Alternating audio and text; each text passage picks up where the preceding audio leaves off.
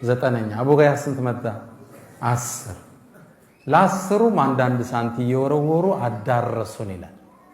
መጨረሻ ፖርሳውን ሲጨርሱ እያንዳንዳችን እጅ ስንት ገባ 100 ድርሃም ገባ 10 ናቸው ሁላችን ያስነ እኔም ይላል ኢማም አልጠበሪ ችምብር ያስኩና ዒልምን ለመፈለግ ተጠቀምኩባት ይላል የጣለበ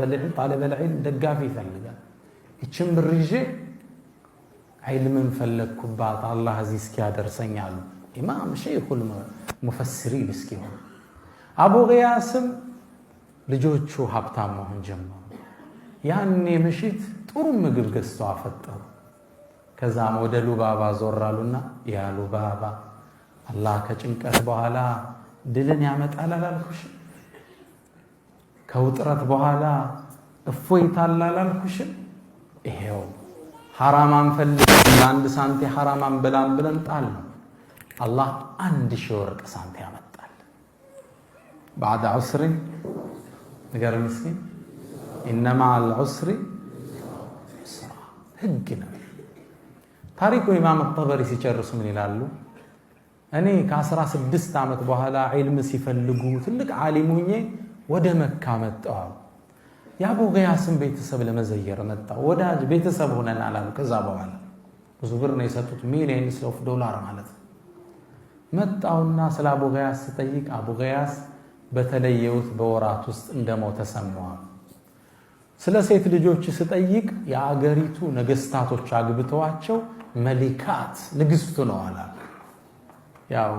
እነሱ በእነሱ አረም ይጋቡት ሀብታሙ ነው አላ አሁን ሚሊዮነሮች ናቸው የንጉስ ልጆች አግብተዋቸው አላ እኔ ኢላል ኢማም አልጠበሪ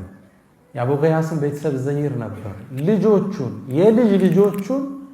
እየዘየርኳቸው ያባታቸውን አላህን የመፍራት ታሪክ እተርክላቸው ነበር ይላል ለ40 ዓመት